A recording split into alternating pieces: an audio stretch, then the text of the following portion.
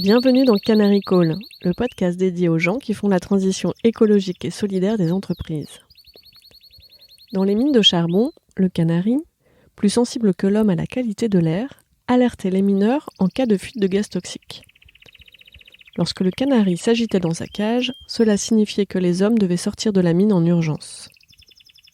Je suis Perrine Grua et j'ai créé ce podcast pour amplifier la voix de celles et ceux qui réussissent à conjuguer au présent leurs talents, leurs convictions personnelles, les besoins du monde avec leur métier. Avec Canary Call, mon objectif est aussi de convaincre de miser sur ces canaris qui sonnent l'alerte et agissent juste à temps. Leur engagement est contagieux. En les écoutant, les portes des possibles s'ouvrent et l'envie d'agir gagne.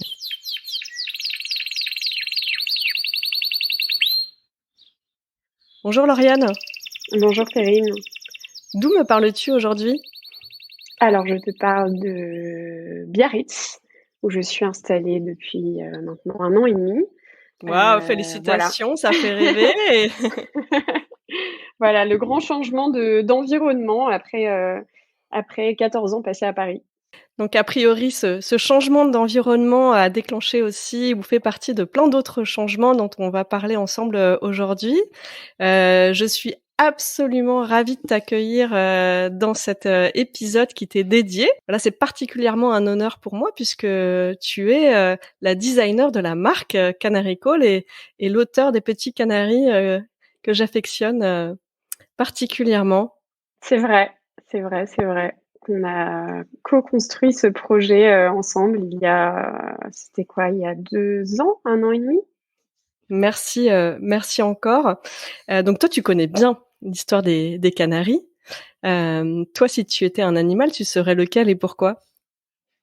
Difficile de choisir. Il y en a Peut-être. beaucoup et j'ai effectivement en plus une vraie sensibilité pour les animaux et pour la cause animale. J'ai envie de te dire quand même une baleine, même si c'est peut-être un peu prétentieux. Je trouve que les baleines sont des animaux majestueux et me fascinent. Donc, on va dire en tout cas en termes d'animal totem. Alors, peut-être que j'ai pas les caractéristiques nécessairement d'une baleine, mais en tout cas en termes d'énergie, de beauté, sont des animaux qui m'inspirent beaucoup. Voilà, Tu en as déjà vu ? dans mes créations. Oui, tout à fait. J'en ai vu complètement par hasard au Costa Rica, dans un endroit où c'était pas du tout prévu qu'on en voit. J'étais sur un tout petit bateau. On avait prévu d'aller faire du snorkeling pour voir quelques petits poissons. Et puis on s'est retrouvé face à une maman baleine et son baleineau, son bébé. Donc c'était incroyable. C'était vraiment incroyable. J'étais très émue.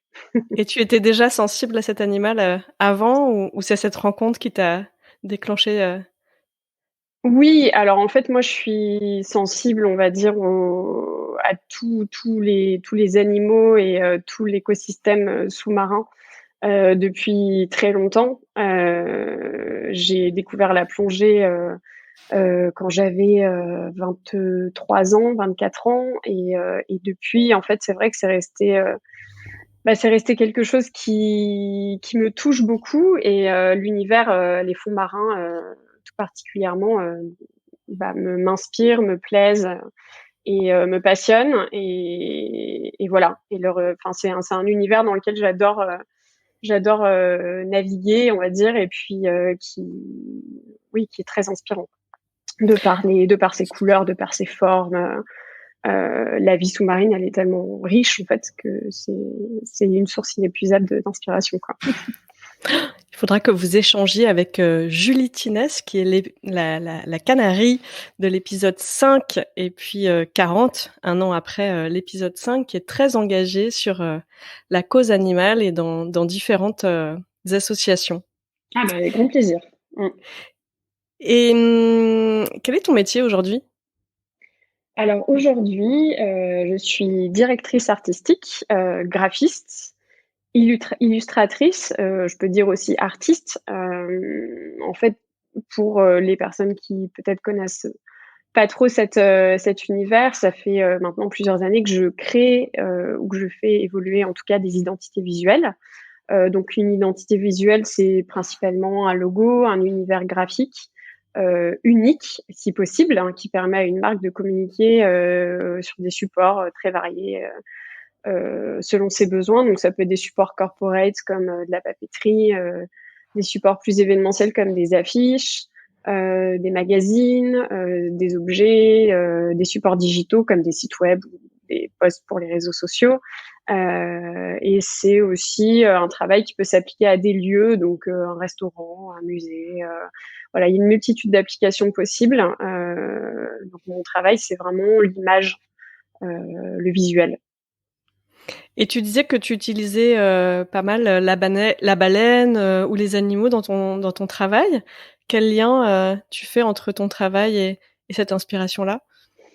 Mmh, alors en fait, disons qu'aujourd'hui, je l'utilise beaucoup dans des travaux plus personnels, plus artistiques, plus libres. On va dire que moi, j'ai l'habitude de répondre à des briefs, très précis et de trouver des solutions en fait de communication pour les marques, avec lesquelles je collabore. L'univers, marin, c'est plus un univers personnel, donc je vais l'insuffler beaucoup dans mon travail artistique. Même si ensuite, il y a fondamentalement, des ponts qui se créent au fur et à mesure entre, mon travail artistique et les commandes que je pourrais recevoir. Moi, je sais que c'était vraiment aussi, peut-être une des raisons pour lesquelles Mmh. j'avais très envie de travailler avec toi sur, la marque Canary Call. Parce que j'avais déjà, cette idée, de l'animal et Oui, que, voilà, je trouve que dans ton travail, il y a à la fois quelque chose de très, hem, digital, moderne, nouveau et à la fois une patte très, naturelle, à la main, artisanale et je voulais faire ressortir aussi, finalement l'intuition, animale, à laquelle on fait appel pour choisir, son métier, son orientation, son impact, pour s'engager. Donc, si je peux me permettre, ce serait peut-être, le lien que oui, je c'est vrai. ferais, Non, et mais c'est qu'est-ce vrai que j'aime, oui, j'aime beaucoup, pardon, c'est vrai que j'aime beaucoup, en tout cas, dans mon travail, au quotidien, enfin pour des marques et dans les identités visuelles que je crée, j'aime beaucoup, intégrer des éléments que je crée à la main. Enfin, je trouve que ça apporte un caractère très unique. Alors oui, après dans mon univers personnel et que j'ai tendance à forcément proposer, dans mes identités, visuelles et mes pistes créatives que je vais proposer à mes clients, il y a cette, influence, peut-être aquatique, marine ou dans les courbes que je vais choisir ou ce genre de choses. Après, c'est vrai que c'est des choses assez inconscientes, c'est assez drôle. Parfois, je m'en rends même pas compte. Mais quand je regarde le résultat, je me dis: «Oui, OK, en fait, il y a quand même une vraie influence, quoi». et qu'est-ce que tu voulais faire quand tu étais petite? Mmh, bah, en fait, quand j'étais petite, je dessinais énormément. Donc je pense que enfin, ce que je fais aujourd'hui, quelque part, c'est comme une espèce de boucle parce que j'ai commencé à dessiner toute petite, j'habitais à la campagne, donc en fait, j'ai dessiné, mon environnement, des arbres, des animaux, des fleurs, enfin, j'étais très déjà immergée dans la nature et je pense que j'ai toujours voulu faire ce métier de dessiner, mais je savais pas trop quoi en faire. Donc en fait, c'est vrai que de fil en aiguille, j'en ai fait quelque chose de plus, adapté, on va dire, à des besoins commerciaux et des métiers qui sont rémunérés plus facilement qu'un métier potentiellement plus artistique. Donc c'est passé par le graphisme, c'est passé par, l'identité visuelle, le branding et cetera et aujourd'hui, c'est drôle parce qu'au moment de ma vie où je suis en train d'effectuer une sorte de retour aux sources aussi personnelles, de recréer un cadre, un environnement autour de moi qui me ressemble peut-être plus que le cadre dans lequel j'ai pu évoluer ces 15 dernières années, même s'il m'a énormément apporté. Et je me retrouve également à me reconnecter à mes premières amours comme le dessin, comme, comme, oui, dessiner, finalement redessiner la nature d'une certaine manière, donc c'est drôle cette boucle. Ah, c'est drôle que tu parles de boucle, ça me fait penser, à la démarche d'ikigai, qui cherche, finalement quand on cherche, son ikigai, on fait rejoindre, ce qu'on aime, ce pourquoi on est doué, ce dont le monde a besoin et ce pourquoi on peut être payé finalement. Donc c'est Oui, le croisement entre passion, mission, profession, vocation. Donc ça sonne presque comme une recherche, d'ikigai, ce que tu nous partages, aujourd'hui. c'est vrai. C'est vrai. Et qu'est-ce que tu voudras faire quand tu seras plus grande?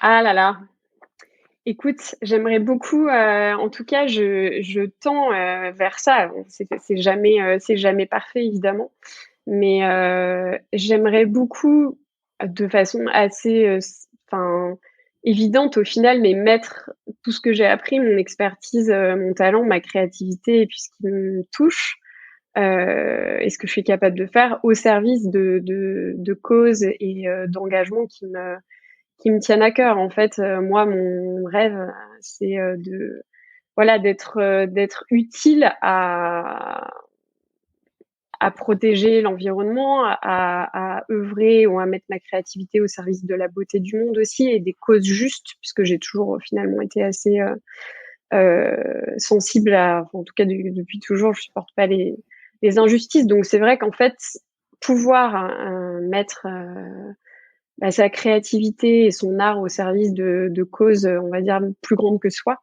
Je pense que c'est ça que j'aimerais faire quand je serai grande. Voilà, mais Et j'espère que si je j commence déjà, aujourd'hui. Oui, c'est ça, si j'ai bien compris, tu as déjà beaucoup infléchi, les sujets sur lesquels, tu travailles. Hem, Comment tu expliques finalement, ce cheminement? À quel moment, en fait, depuis quand tu te dis: «Ah, j'ai vraiment envie de mettre, mes talents, mes compétences, au service de ces causes-là»? Depuis quand est-ce que tu réfléchis, comme ça? Mmh, ça fait, quelques années, mais de façon plus, on va dire, vive et plus réelle. Je pense que ça fait, je dirais que ça fait, 1 an et demi que c'est devenu très fort en moi. Et j'ai eu des sortes de déclics, après ça fait longtemps que je suis très sensible, que je suis, à la cause animale, que je suis végétarienne, même globalement je fais attention dans ma vie personnelle à mon mode de consommation, de plus en plus. Hem, mais je pense il y a eu plusieurs choses, il y a eu en gros, je pense qu'il y a eu la pause qui nous a été imposée, je pense par le premier confinement où, je pense que j'ai été obligée, en fait, de me reposer des questions sur mon métier, sur, pourquoi je le fais, pourquoi je me lève le matin, qu'est-ce que j'ai vraiment envie de faire, professionnellement. Parce qu'en fait, pas tous les projets, mais beaucoup de projets se sont arrêtés et moi, j'étais sur un rythme, depuis plusieurs années qui était effréné, où j'avais jamais fait de pause, en fait. Donc Mais je me rappelle parce que c'est à ouais, ce moment-là que je t'ai contacté pour le exactement, projet Canary Code et j'étais ouais, tellement étonnée que tu puisses avoir de la disponibilité, pour moi, donc j'étais tellement ravie. ouais, Heu, mais oui, oui, c'est oui, à ce moment-là ouais où et ouais, vraiment, en fait, c'était terrible parce que moi, j'étais tout le temps dans l'action et j'avais toujours, 1000, trucs à faire dans ma to do list et en fait, là, j'avais plus rien. Ou très peu de projets, c'était assez, fou. Hem et du coup, donc déjà, je me suis dit: «Bah, alors attends, ça fait des années que tu dis que tu râles parce que tu veux prendre plus de temps pour dessiner, mais alors, là, vas-y, fais-le». Donc voilà, je me suis remise vraiment à plus dessiner, à plus prendre le temps, à plus explorer et ne serait-ce qu'à me demander: «Mais en fait, de qu'est-ce que j'ai envie de dessiner? Qu'est-ce que j'ai envie de faire? C'est quoi le voilà, qu'est-ce qui m'inspire? Quels sont les sujets, que j'ai envie d'explorer?» Donc déjà ça, Je pense que c'était Oui. une super question à se poser et elle se serait, je pense, jamais posée si j'avais pas fait cette pause. Hem, Ah oui, donc il c'est ouais, finalement, tu t'es écrit ton propre brief de rêve, c'est-à-dire en l'absence de brief de client, c'est tu ça. t'es fait ton et ça ressemble à quoi alors ton brief de rêve?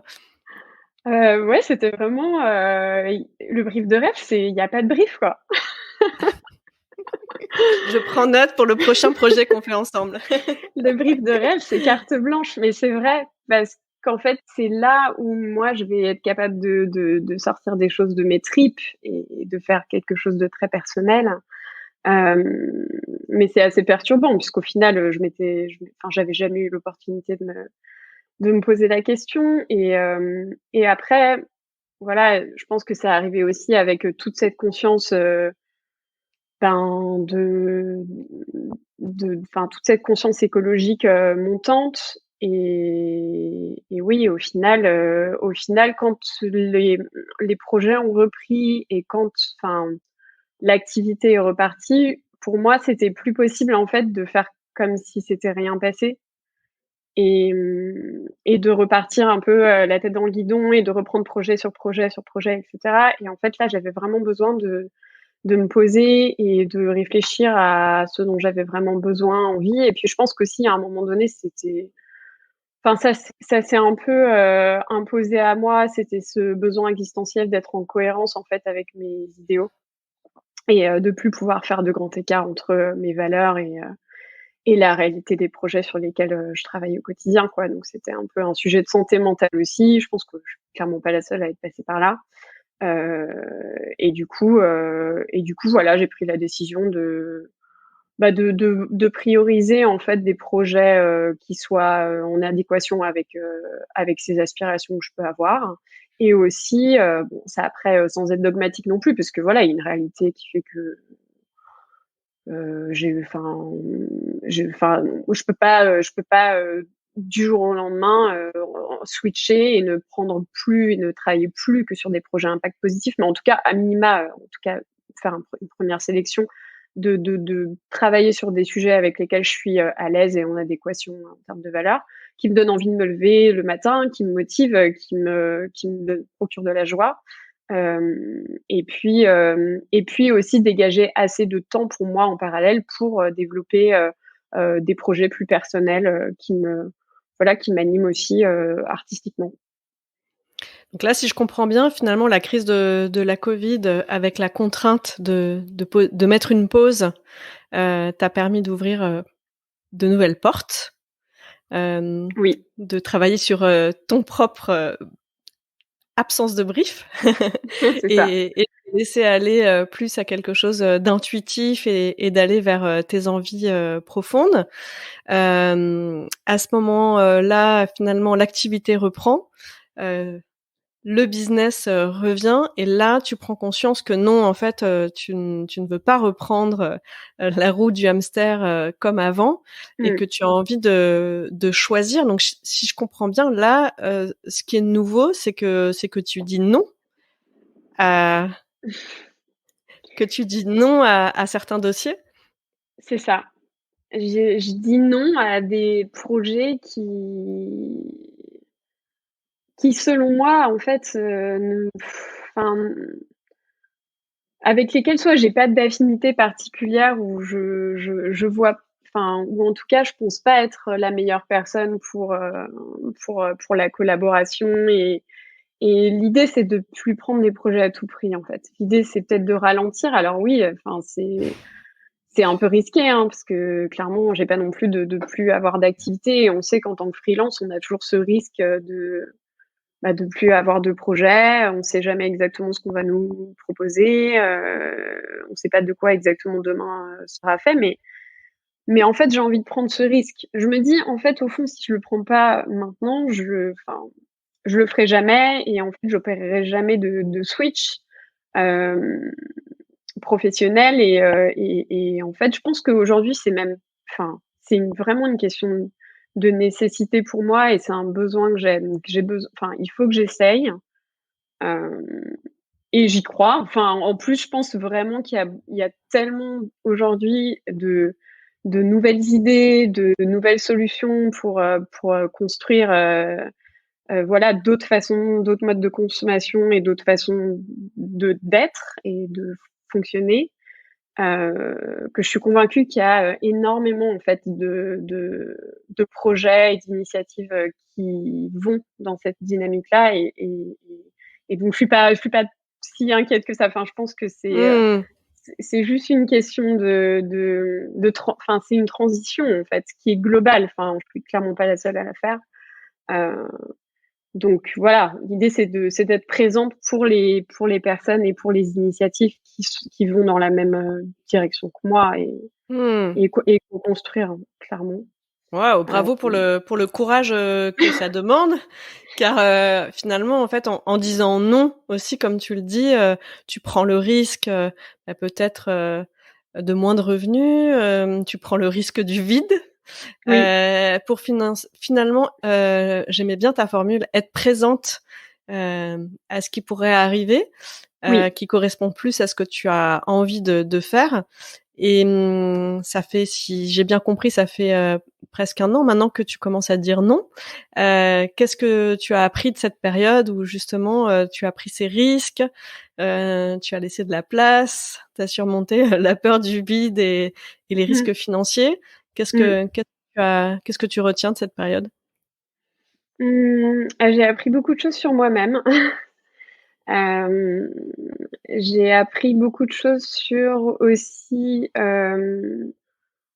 oui, je pense qu'en fait, dire non, c'est laisser la place à autre chose et oui, ça fait peur le vide, et oui, ça fait peur de plus avoir, de projet. Mais en fait, les choses sont bien faites pour l'instant, jusqu'à présent, enfin, en tout cas, pour moi, ça se passe, très bien. Je me permets Hem, de poser cette question parce que, étant moi-même dans oui, une posture de service, moi-même indépendante, tout ça, toutes ces peurs résonnent très clairement pour moi. Donc, ouais, je comprends. je suis preneuse Mmh. de toi, tes apprentissages, sur ce chemin-là. Et je pense Oui, comme plein de personnes qui sont dans la même posture. oui. Hem, non, en fait, il y a aucune, sécurité, il y a rien de gravé, il y a rien de sûr, donc oui, ça fait peur. Après, je pense que voilà, moi, en tout cas, j'ai envie de faire confiance et j'ai envie de me dire que enfin, j'ai envie de m'écouter et enfin, de me faire confiance. Je pense que enfin, j'ai quelque chose qui résonne en moi aujourd'hui et j'ai une intuition qui est forte et je pense qu'elle est pas là pour rien. Faut aussi se faire confiance. Et puis, après, c'est vrai que bon, depuis, j'ai quand même, des nouveaux projets que j'ai réalisés, qui vont dans le bon sens pour moi, qui m'ont fait du bien, qui m'ont prouvé que, c'était possible. Donc en fait, c'est ça et je pense que à la fois, il y a rien de mieux dans ces moments-là que de faire. Je pense que c'est bien de continuer à faire, je pense que c'est bien de continuer à créer. Moi, j'ai beaucoup créé au final, j'ai jamais autant créé, de ma vie. Hem et au final, oui, c'est une dynamique. Je pense qu'il faut rester en action, et voilà.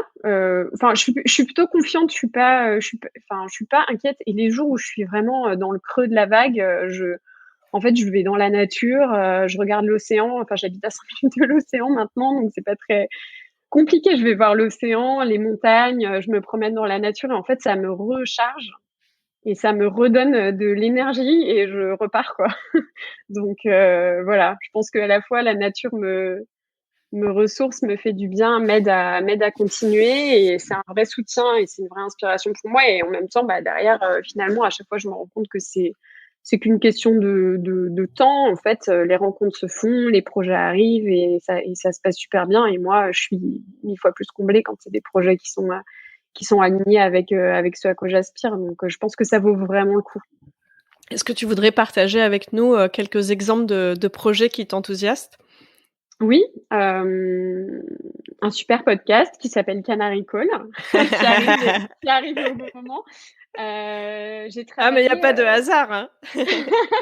C'est parce que tu avais fait un peu de place dans ton emploi du temps pour exactement, moi. non mais exactement et c'était la première fois et voilà, il y a on a tout de suite eu cette conversation et donc voilà, au final, en fait, c'est ça, je pense qu'il faut faire confiance, à l'univers, comme on dit, je pense que rien n'arrive par hasard.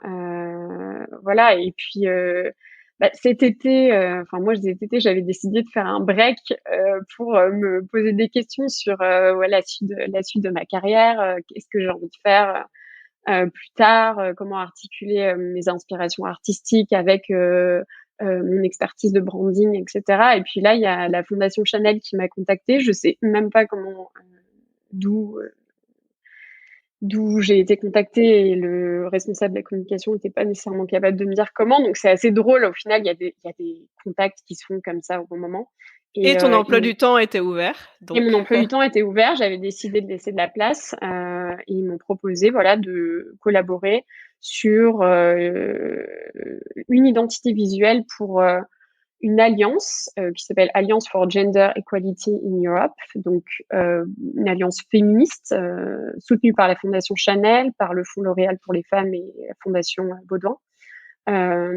Et c'était intéressant parce qu'ils avaient vraiment, en fait, ils étaient en cours de construction de l'alliance et ils avaient besoin pour les phases amont d'avoir un logo fédérateur, même un premier logo work in progress qui ferait évoluer ensuite, et c'est ce qu'on a fait, pour en fait avoir un symbole d'alliance et de ralliement pour construire le projet. Donc j'ai trouvé ça assez fort de me dire que voilà, l'identité visuelle aussi, c'est sa force, quoi. C'est de fédérer et c'est de se projeter sur des projets communs, sur une entité en devenir. Et ensuite, voilà, on l'a fait évoluer par la suite. On a créé le site internet ensemble, et là, pour le coup, c'est vrai que enfin, ils m'ont aussi donné carte blanche, donc c'était super. Et ça, c'était un beau projet. J'ai aussi travaillé l'année dernière pour les Cuistots Migrateurs. C'est une cuisine de chefs réfugiés sous forme de traiteurs, donc ils ont également un restaurant physique. Et là, pareil, ils m'avaient vraiment confié toute l'identité visuelle. Donc c'était super. Enfin, il y a vraiment plein de projets comme ça et d'autres projets à venir. Donc, voilà, c'est en cours, c'est déjà lancé, et puis enfin, je pense que il y a plein de choses, il y a plein de choses qui se préparent. Donc j'ai hâte. Hâte de voir. Et quel serait, alors le non-brief de rêve pour toi? Le non-brief de rêve, alors du coup, je me le suis créé. Hem, Justement pendant ce temps de pause, cet été où j'avais vraiment besoin, je pense d'avoir un projet au long cours, qui soit un fil conducteur pour moi de création aussi. Et comme, bon, on l'aura compris, j'ai une grosse passion pour pour les océans. J'ai décidé de créer un manifeste, pour les océans, pour la protection des océans qui sont menacés et qui, enfin, constituent quand même 70 de la surface de la planète, et qui, enfin, font partie, enfin, qui sont vraiment la pierre angulaire en fait de notre existence en tant qu'être humain aussi sur la Terre. Et je pense que voilà, j'avais besoin en fait de mettre ma pierre à l'édifice en toute humilité, de créer un ouvrage qui soit accessible à tous, qui serait inspirant, qui puisse toucher les gens, qui puisse porter des informations aussi importantes, et des actions concrètes à mener, mais qui fassent pas peur. Enfin, c'est vrai que souvent on a accès à des informations qui sont assez angoissantes sur ce qui se passe, et ça donne pas envie en fait. Enfin, on a plutôt envie de se cacher sous sa couette et de pas regarder la réalité, parce que quand on voit la montagne des Mmh. actions à mener, c'est un peu angoissant, hein, honnêtement. Et je suis convaincue qu'au travers de l'art et du visuel, des émotions qu'on peut faire passer au travers d'ouvrages artistiques, ayant été moi-même inspirée beaucoup par voilà, des livres, des œuvres, des vidéos. J'ai Je pense il y a une force chez les artistes aussi à communiquer des messages engagés, et à les faire passer d'une manière peut-être plus douce ou plus agréable, ou je sais pas, juste plus qui parle plus à l'âme peut-être qu'au cerveau, je sais pas. Enfin, il y a quelque chose d'assez assez important pour moi en tout cas à créer. Donc je travaille en ce moment sur ces visuels-là. Donc le brief, il est flou, tu vois? À la fois, bon, c'est en construction.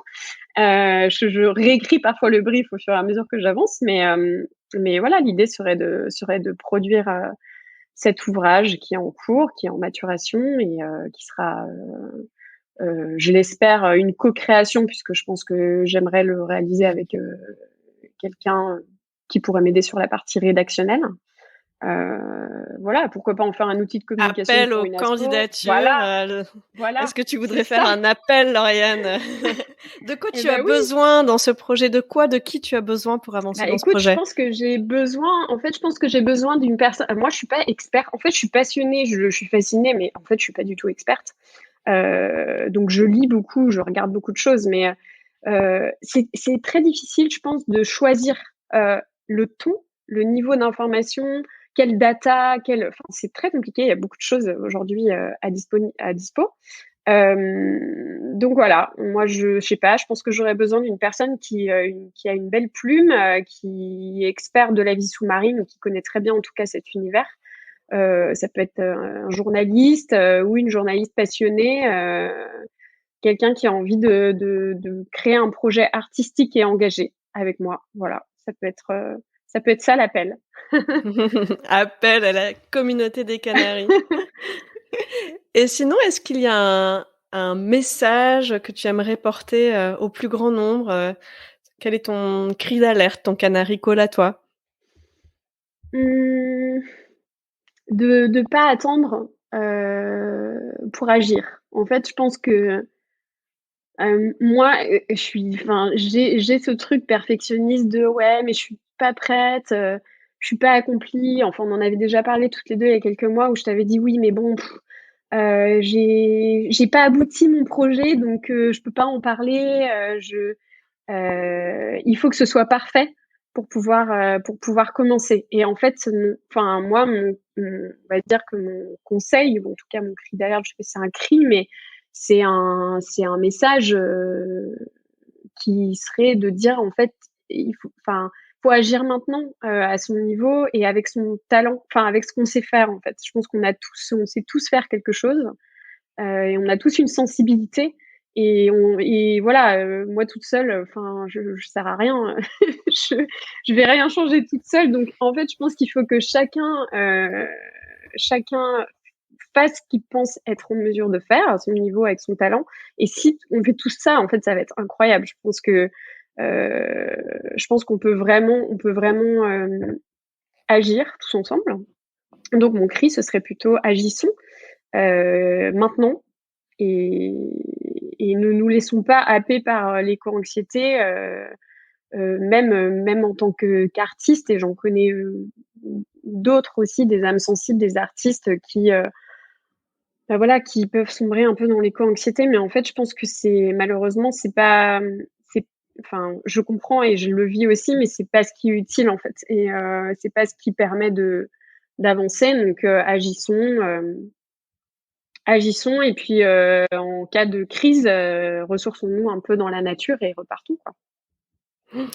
Merci beaucoup, pour ton message, Lauriane, qui illustre parfaitement bien, la mission, la raison d'être, de ce podcast. Et je te remercie aussi beaucoup de ta confiance car, je sais que voilà, ça demandait du courage aussi, de ta part de te lancer dans l'aventure d'un épisode, dédié.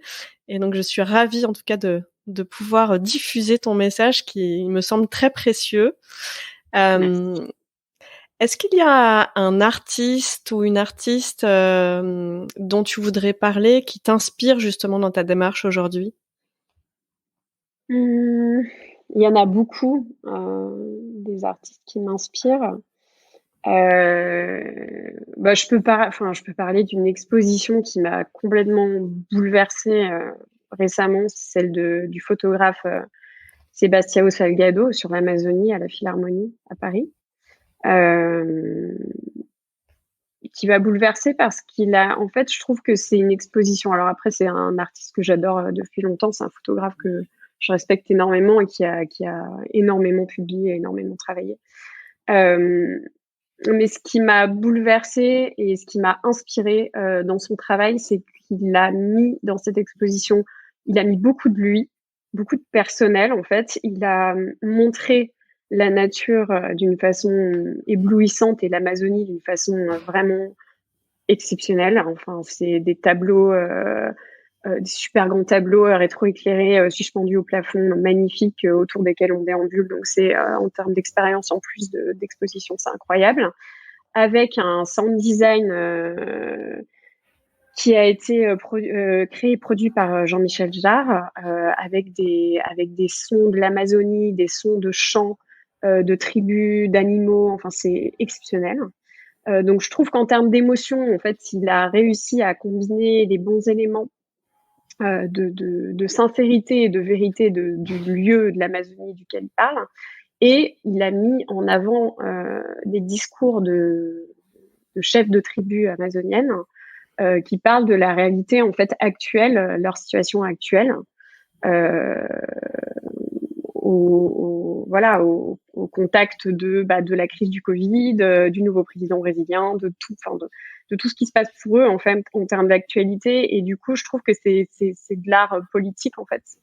C'est de l'art engagé, donc à la fois ça inspire l'âme et ça élève, je trouve, beaucoup spirituellement de voir et d'assister à des images et d'entendre des sons comme ceux qu'il a mis en scène. Et en même temps, intellectuellement, c'est frappant. Et je trouve que ça ne peut, je trouve, pour des personnes en tout cas qui ont de l'empathie et qui ont une sensibilité, ça ne peut que provoquer une action derrière d'engagement, de vouloir faire en sorte que tout ça en tout cas soit au moins connu et mis en lumière et communiqué, et après de mener des actions, ou en tout cas de réfléchir à son mode de vie par rapport à ce qui peut se passer aujourd'hui pour ces tribus-là et ce qui peut se passer aujourd'hui pour la nature en général. Donc je trouve que c'est un artiste qui est super inspirant. Et d'ailleurs, j'invite tout le monde à aller voir cette exposition incroyable. Merci, ça donne envie. Et donc, vivement l'exposition interactive du manifeste des océans de Lauriane. Et j'espère que cet épisode contribuera à trouver le ou la bonne partenaire pour et pourquoi pas cette aventure. Ouais. Merci Lauriane. Merci beaucoup Perrine.